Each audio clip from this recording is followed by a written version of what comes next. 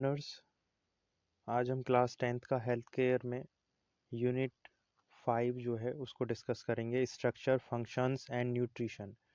Unit 5 जो है term second के हिसाब से अगर देखें तो 5 मार्क्स की वेटेज है इसकी।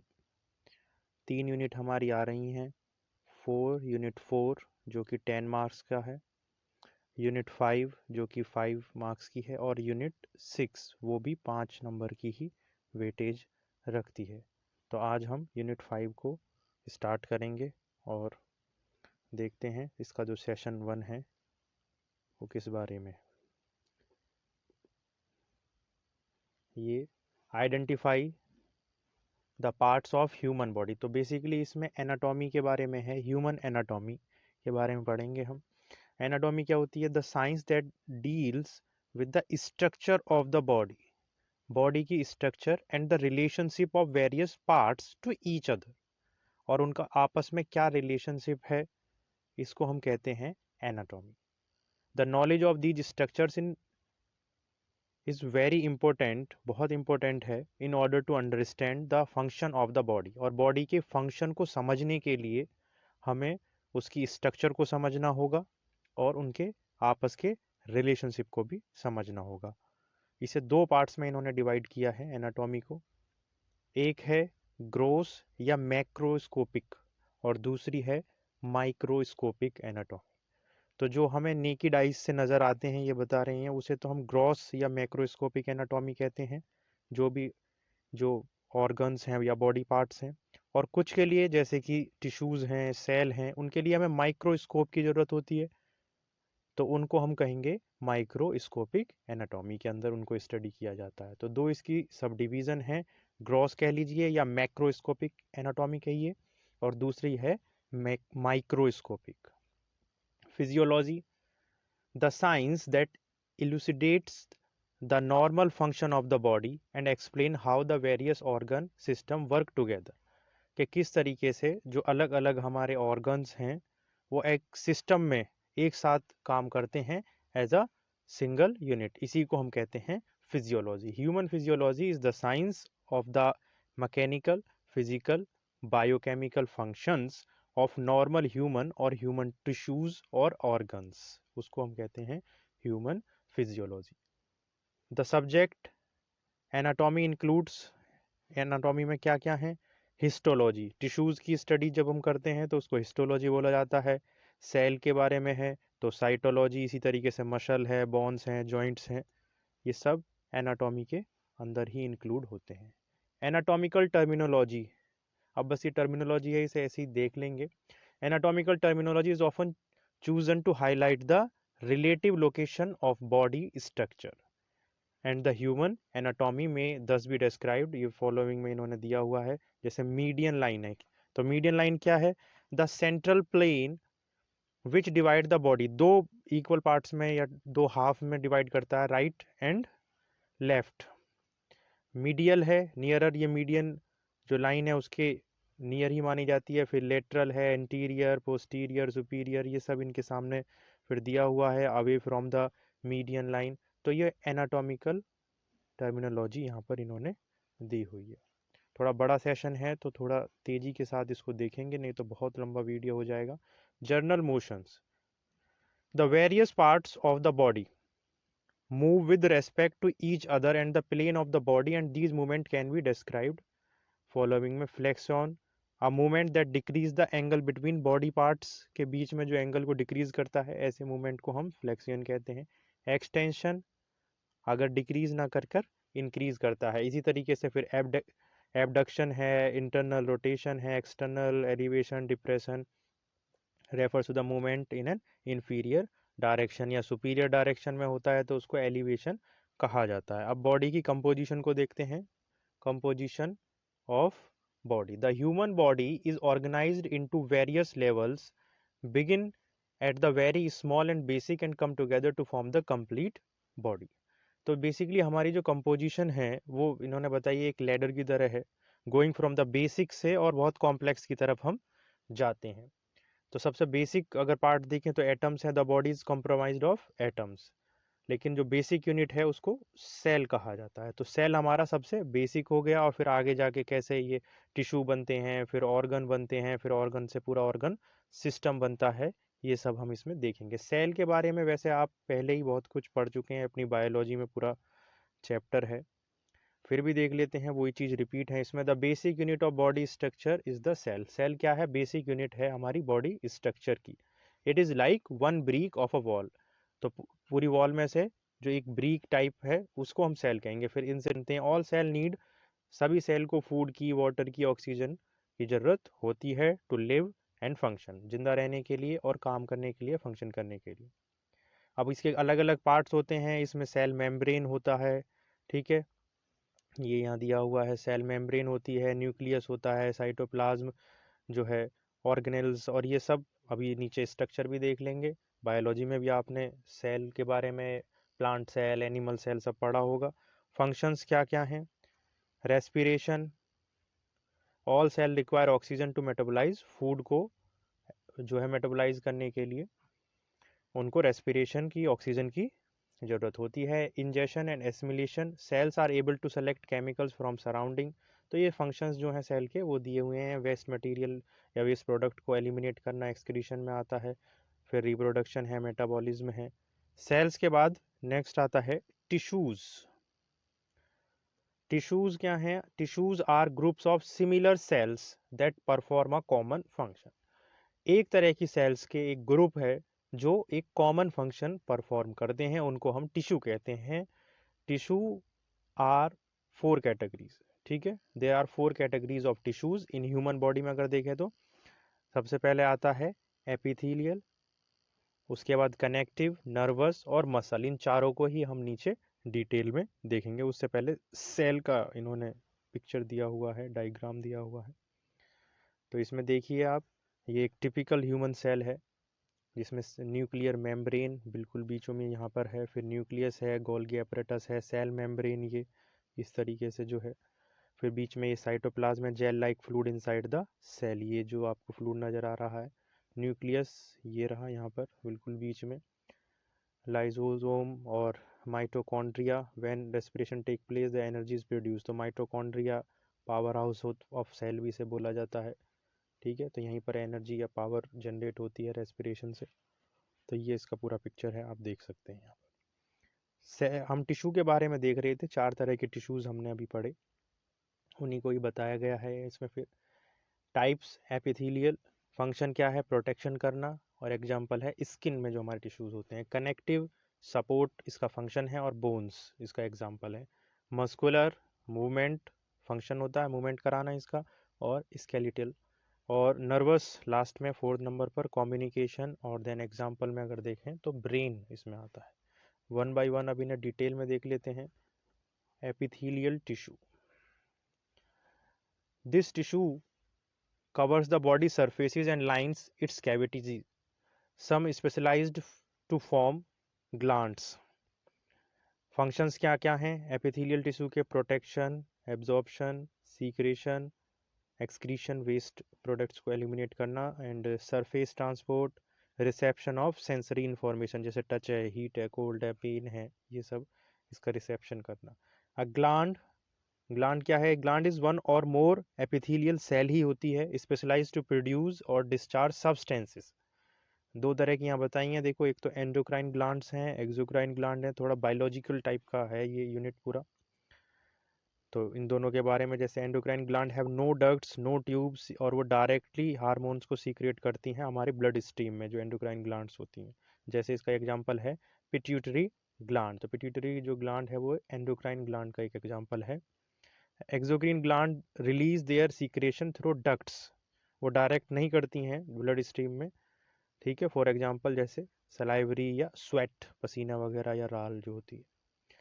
अब एपिथेलियल के बाद नेक्स्ट टिश्यू आता है connective tissue. This tissue join other tissue of the body together. तो ये कनेक्टिव ही इसका नाम है। तो ये जो और टिश्यूज हैं उनको ज्वाइन करते हैं बॉडी में। Support the body and protects, और प्रोटेक्ट करते हैं, सपोर्ट करते हैं। Main types are ordinary connective tissue, adipose tissue, cartilage, bone, ये सब कनेक्टिव टिश्यू के अंदर ही है। फिर थर्ड नंबर पर है muscular tissues. Muscle is composed of cells specialised to contract. Skeletal muscle is stated striped and is under voluntary control. Voluntary मतलब जिसे हम कंट्रोल कर सकते हैं, तो जब हमारा मन करेगा उसे उठाएंगे, तब उसे रख देंगे, इस तरीके से। Cardiac muscles is present only in the walls of the heart and state, अभी हार्ट के बारे में भी देखेंगे हम। And control by involuntary nerve message, तो वो इनवॉलेंट्री है, हार्ट अपने आप काम करता रहता है चाहे हम सो भी रहे हैं। तो वो स्मूथ मसल्स ऑल्सो, ये स्मूथ मसल जो होती हैं ये भी इनवॉलेंट्री होती हैं, that is not in are control में नहीं होती। ये हमारे अंदर जो फूड का मूवमेंट होता है स्टमक में या स्मॉल इंटेस्टाइन में, फिर जो दूसरी इंटेस्टाइन होती है उसमें, ठीक है, लार्ज इंटेस्टाइन में, तो इस तरीके से मूवमेंट अपने आप होता रहता है। तो ये सब स्मूथ मसल्स के अंदर आता है। नर्वस टिश्यू लास्ट में जो फोर्थ नंबर का है। Nervous tissue forms the brain, ठीक है, nervous tissue forms the brain, spinal cord and the nerves. The basic cell is called the neurons, उनकी जो सेल्स होती हैं वो न्यूरॉन सेल से मिलकर बने होते हैं। और specialise to receive stimuli and send impulses, तो ब्रेन को कोई भी जो मैसेज भेजना है और क्या करना है, ये सब जो है ब्रेन, स्पाइनल कोड और नर्व्स के बीच में ही होता है, और इन सब को पूरों को मिला के नर्वस सिस्टम बनता है। With the various systems that form the human body, अलग अलग टाइप के सिस्टम्स हैं जैसे cardiovascular, respiratory, digestion, muscular, nervous, urinary. अभी इनमें से काफ़ी सबको हम देखेंगे डिटेल में, नर्वस सिस्टम को भी, यूरिनरी सिस्टम को भी, रेस्पिरेटरी को भी, डाइजेस्टिव को भी, कि कौन कौन से ऑर्गन इन्वॉल्व हैं इनमें। जैसे आ गया देखिए cardiovascular system. The circulatory system is an organ system that permits blood and lymph circulation to transport nutrient, oxygen, CO2, hormones, blood cells, excretory material, etc. and from cell in the body to nourish it and help it to fight disease, stabilize body। ये क्या काम होता है circulatory system का, ठीक है, वो ये सब बता रहे हैं। The essential components of human cardiovascular system are the heart, blood, heart है, ब्लड वेसल्स हैं, ये सब हमारे कार्डियोवास्कुलर सिस्टम के मेन या एसेंशियल कंपोनेंट्स हैं। Average adult contain 5 litre blood होता है, याद रखिएगा, विच इज़ अप्रोक्सीमेटली 7%, हमारे वेट का 7% अप्रोक्सीमेटली होता है लगभग। ब्लड कंसिस्ट ऑफ, ब्लड में क्या क्या होता है, प्लाज्मा, आरबीसीज, डब्ल्यूबीसीज एंड प्लेटलेट्स, तो इन सबको कंसिस्ट करके हमारा ब्लड बनता है। देन है heart. Human heart is a pump, ये एक पंप की तरह है और ये 4 चैम्बर्ड है, याद रखिए इसको। हॉलो ऑर्गन है विच इज़ रेस्पॉन्सिबल, अब इसकी पिक्चर भी देख लेंगे, खोखला है, which is responsible for the circulation of blood throughout the body. तो हमारी बॉडी में ब्लड सर्कुलेशन के लिए यही जिम्मेदार है, यही रेस्पॉन्सिबल है, ये हम जानते भी हैं। And along with it all the necessary gases, nutrient and others. The heart is located in the thorax, chest में होता है, बिटवीन द लंग्स, तो हल्का सा जो लेफ्ट हमारा लंग्स है उसकी तरफ को। 2/3 of the heart lie on the left side, तो लेफ्ट साइड में होता है, जो अभी मैं आपको बता रहा था, 2/3 पार्ट इसका उधर है। And it is placed obliquely, इस तरीके से प्लेस होता है, ऑब्लिक का जैसे निशान है। The heart has a mass of between, इतना मास होता है 250 से 350 ग्राम। तो ये हार्ट के बारे में, उसकी स्ट्रक्चर के बारे में ही इन्होंने बताया हुआ कि 2 वेंट्रिकल्स हैं, अभी पिक्चर में हम सब देख लेंगे, इसे अच्छे से समझ में आ जाएगा। यहाँ पर ये पूरा डायग्राम है of human heart and location के, कहाँ पर उसकी लोकेशन है उसको देखिए। सबसे पहले ये यहाँ पर इसकी लोकेशन है ये, ठीक है, 2/3 पार्ट इसका लेफ्ट साइड की तरफ है। अब नीचे आते हैं यहाँ पर, तो 4 चैम्बर्ड है, इस बात को भी आप ध्यान रखेंगे, सब इसमें बताया हुआ है कहाँ कहाँ से क्या। ये सुपीरियर वेना केवा है, पल्मोनरी वॉल्व है, ठीक है, यहाँ पर। और फिर उसके बाद इन्फीरियर वेना केवा है, और लेफ्ट वेंट्रिकल हो गया, 4 चैम्बर्ड है, देखिए 1 2 3 और ये 4 आपका लेफ्ट वेंट्रिकल, राइट एट्रियम और left atrium. The heart beat is denoted by heart sound, heart sound से ही उसको डिनोट किया जाता है।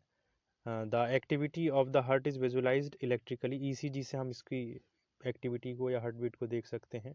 ईसीजी का मतलब है electrocardiogram. The blood vessels are the part of the circulatory system, कई पार्ट होती हैं ब्लड वेसल्स भी, जो खून को लेकर जाती हैं, transport blood throughout the body. तीन तरह की होती हैं ये blood vessels. Major type arteries होती हैं which carry the blood away from the heart से, जो लेकर जाती हैं ब्लड को।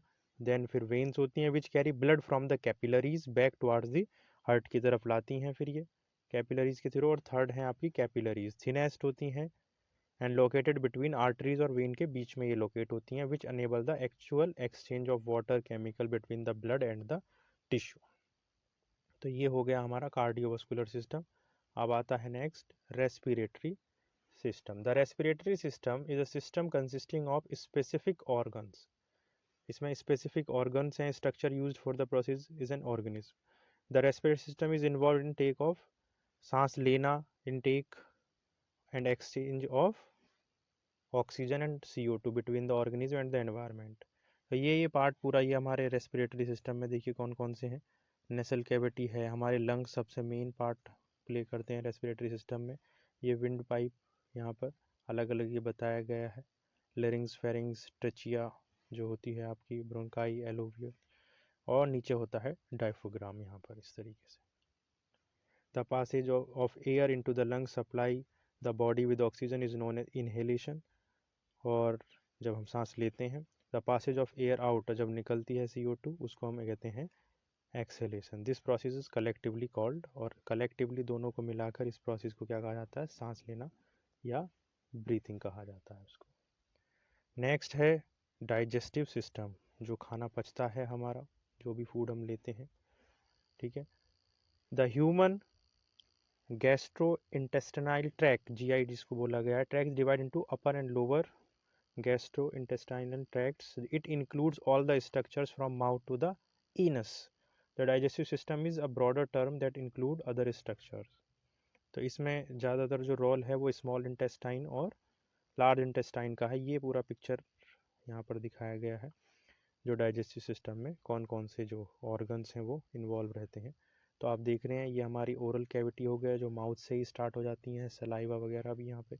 फिर लीवर भी है इसमें, इसमें स्टोमक भी आ जाता है, पेनक्रियाज, स्मॉल इंटेस्टाइन हो गया, और उसके बाद और ये फाइनली एनस तक ये यहाँ से रहता है आपका। लार्ज इंटेस्टाइन में जो भी पार्ट्स हैं वो सब यहाँ पर दिए हुए हैं इन्होंने, रेक्टम, एनस वगैरह। डाइजेस्टिव सिस्टम के बाद आता है मस्कुलो स्केलेटल सिस्टम। द ह्यूमन मस्कुलो मतलब muscles, musculoskeletal system is an organ system that gives human the ability to move using the muscular and skeletal systems. तो मूव करना, उठना, बैठना, चलना, ये सब किसकी वजह से हो पाता है, हमारे मस्कुलो स्केलेटल सिस्टम की वजह से। The musculoskeletal system provides form, support, stability and movement to the body and it compromise the body bones. तो हमारी जितनी भी हड्डियाँ हैं वो सब इसका पार्ट्स हैं, मसल्स, कार्टिलेज, ये सब। फंक्शंस क्या क्या हैं, प्रोटेक्ट करना और सपोर्ट करना हमारे इंटरनल स्ट्रक्चर्स को और ऑर्गन्स को, मूवमेंट को अलाउ करना, गिव शेप, बॉडी को शेप देना, ब्लड सेल्स को प्रोड्यूस करना, स्टोर कैल्शियम एंड फॉस्फोरस। इसके बाद आता है स्केलेटल सिस्टम, ये जो आपको दिख रहा है, major bones in the skeletal systems यहाँ लिखी हुई हैं, आप और भी देख सकते हैं। मैं इसे थोड़ा और जूम कर देता हूँ। तो स्कल हो गया सबसे ऊपर, ये जिसे खोपड़ी बोला जाता है, ठीक है। ऑर्बिटल, नेसल, नाक से रिलेटेड है, और फिर ये सब अलग अलग नाम दिए हुए हैं बोन्स के, तो इन्हें आप देख सकते हैं। चलिए इसमें देखते हैं स्केलेटल सिस्टम में। The skeletal system is comprised of bones, joints and provides, तो बोन्स ही हैं इसमें स्केलेटल सिस्टम में और joints and provides the basic supporting structure of the body. It consist of the joint framework of bone called the skeleton. Skeleton किसको कहते हैं, the joint framework of bones called the skeleton. Human skeleton कितनी bone से मिलकर बना है, 206, 206। Bones क्या हैं, bone is a dry dense tissue composed of a calcium, phosphorus, minerals and organic matter and water. The center of long bone contain bone marrow where blood vessels, fat cells, tissue, manufacturing blood cells are all found. यहाँ मिलती हैं सारी की सारी। They are the following four main shapes. चार type की shapes होती हैं बोन्स की, फ्लैट, इरेगुलर, शॉर्ट और लॉन्ग, और फिर उनके एग्जाम्पल भी इन्होंने दिए हैं, जैसे शॉर्ट है तो हैंड और फुट की हैं, लॉन्ग है फीमर है या हुमरस है, रिब्स फ्लैट टाइप की होती हैं, इरेगुलर होती हैं, वर्टिब्रल कॉलम जो होते हैं आपके यहाँ पर देख सकते हैं। बोन्स के बाद आते हैं जॉइंट, तो आप नाम से ही समझ सकते हैं, a joint is an area where two और more bones come in contact with each other. Joints allow the movement of the bones and attached organs. The bones forming the joints are held together by ligaments से फिर ये joints जो हैं जुड़े हुए होते हैं। और तीन टाइप के joints हैं जो नीचे दिए हैं इन्होंने, 1 2 3। फाइब्रस और इमूवेबल, जैसे स्किल हैं ये मूव नहीं करते। उसके बाद फिर हैं कार्टिलेग्नियस या स्लाइटली मूवेबल होते हैं ये। और उसके बाद हैं स्नोवियल और फ्रीली मूवेबल होते हैं ये। इसमें ये बॉल एंड सॉकेट जैसे हिप में होते हैं, अलग अलग टाइप के। फिर ये प्योट हिंज ये सब दिया एल्बो में होता है। फिर इसके स्केलेटल सिस्टम के बाद आता है हमारा muscular system. The muscular system allows us to move with help of the skeletal system, की हेल्प से ही मस्कुलर सिस्टम अलाउ करता है movement. The human body is compromised of over 500 muscles से भी ज़्यादा काम करती हैं working together to facilitate movement जब हम करते हैं किसी भी तरह का। The major function of the muscular system is to produce movement of the body. Muscular system का मेजर फंक्शन क्या है? बॉडी में मूवमेंट प्रोड्यूस करना। To maintain the position of the body against the force of gravity, और उसको maintain करना body की position को, ग्रेविटी का फोर्स भी उस पर लग रहा है, तो ये ही मस्कुलर सिस्टम का मेन काम है। 3 टाइप्स ऑफ मसल्स होती हैं, स्केलेटल वॉलेंट्री हो गई, मतलब जिन्हें हम अपने मर्जी से कंट्रोल में यूज़ कर सकते हैं। फिर स्मूथ हो गई जिन्हें नहीं कर सकते हैं। और कार्डिक मसल्स होती हैं हार्ट में। तो ये 3 टाइप की मसल्स हैं। Nervous system is responsible for conducting and coordinating all the activities. जो ब्रेन से स्पाइनल कोड से जुड़ा हुआ है नर्वस सिस्टम जो है हमारा, तो ये रेस्पॉन्सिबल होता है conducting and coordinating all the activities, क्योंकि ब्रेन ही सारी एक्टिविटीज़ करता है। तो nervous system all the activities of the body conduct करना, कोऑर्डिनेट करना, ठीक है। It control not only the maintenance of normal function but also the body's ability to cope with emergency situation, कोई भी आ जाती है तो उसको भी ये ही डील करता है, उससे भी। फंक्शंस क्या हैं? The nervous system has 3 general functions हैं। एक तो सेंसरी फंक्शंस हैं, टच, पेन या इस तरीके से। इंटरप्रेटिव फंक्शंस हैं और मोटर फंक्शंस जो मूवमेंट से रिलेटेड हैं। Sensory nerves gather information inside the body and outside the environment. These nerves then carry the information to CNS, जिसे कहते हैं central nervous system. Sensory information brought to CNS processed होती है फिर, और उसको इंटरप्रेट किया जाता है। फिर motor nerves convey information from the CNS to muscles को जाता है, और फिर एक्शन लिया जाता है जो भी जरूरी होता है। फिर उसके स्ट्रक्चर्स के बारे में बताया है यहाँ पर। The nervous system is divide into 2 parts में किया गया है। सेंट्रल नर्वस सिस्टम जिसमें ब्रेन और स्पाइनल कोड होता है, और फिर है peripheral system which connect the CNS to the rest of the body, से जो कनेक्ट करता है। फिर आता है brain and spinal cord. Brain and spinal cord को देखते हैं। The brain is a mass of soft nerve tissues. तो ब्रेन क्या है? Brain is a mass of soft nerve tissue which is placed with in the skill, जो skill के नीचे है। And it is made up of grey matter, mainly nerve cell bodies, and white matter which are the cell processes.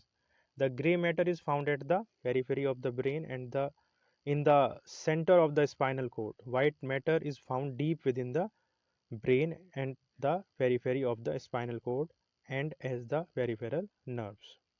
तो spinal cord और उसके बारे में बताया गया है। और लास्ट का लगभग हमारा टॉपिक है urinary system. The urinary system also non, इसको हम कहते हैं रीनल सिस्टम भी बोलते हैं। इसमें क्या क्या कौन कौन से ऑर्गन हैं? किडनीज आती हैं दोनों हमारी, ureters, urinary bladder and the urethra. तो यहाँ पर ये सारे आपको देखने को मिल जाएंगे कि ये किडनी हो गई, राइट किडनी है, ये लेफ्ट किडनी है, यूरेटर है, फिर ये यहाँ पर।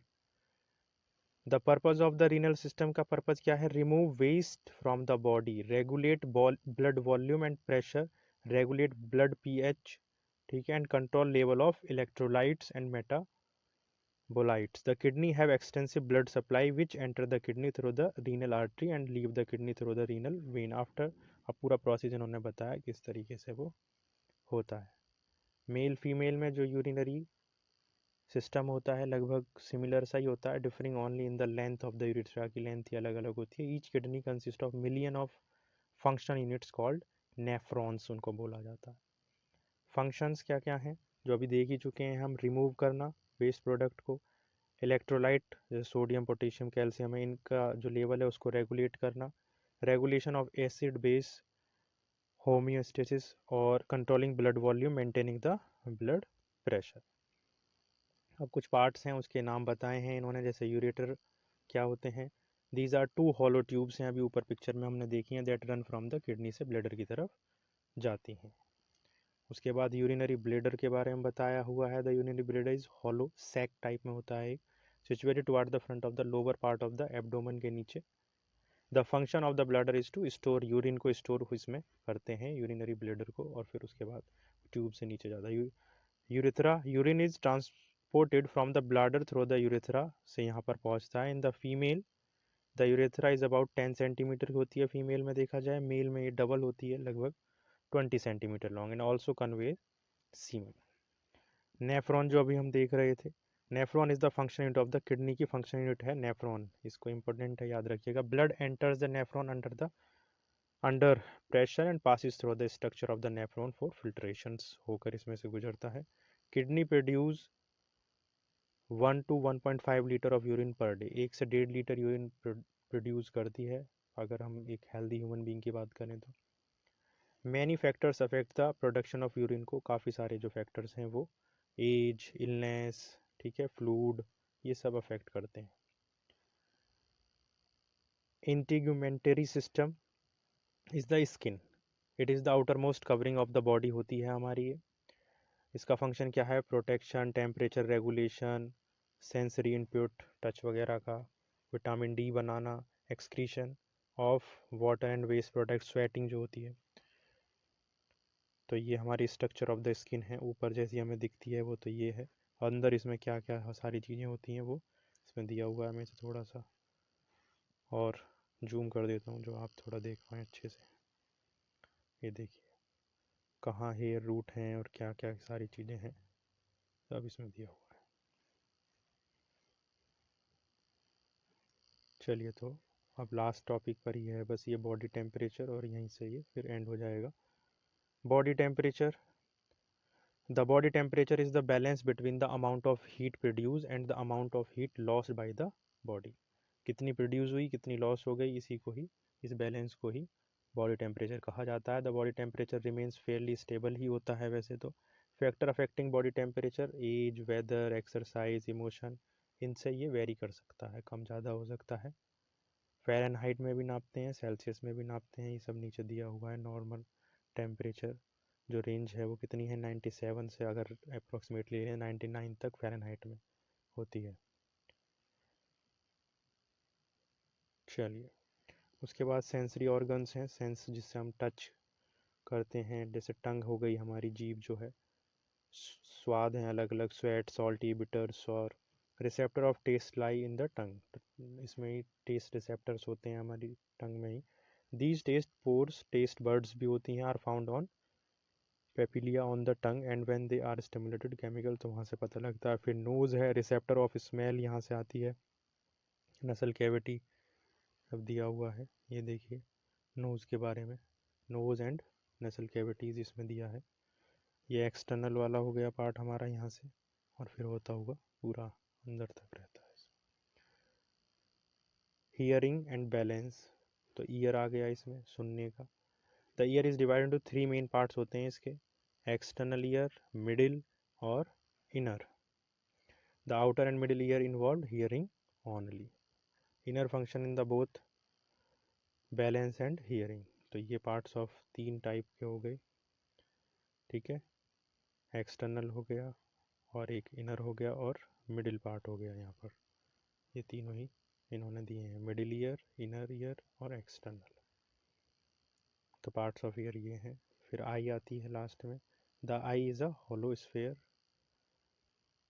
The accessory structure of the eye include the extrinsic eye muscles होती हैं, फिर टीयर, ग्लैंड्स एंड डक्ट्स होते हैं, ये सब आप इसमें आसानी से देख सकते हैं। ये प्यूपिल है, लेंस है ये यहाँ पर, कॉर्निया, ये जो है कॉर्निया है, रेटिना, ये इम्पोर्टेंट है।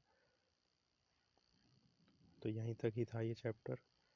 सेशन 1 ही है अभी, यूनिट 5 कंप्लीट नहीं हुआ है, उसका फर्स्ट पार्ट ही है ये। Thank you for watching.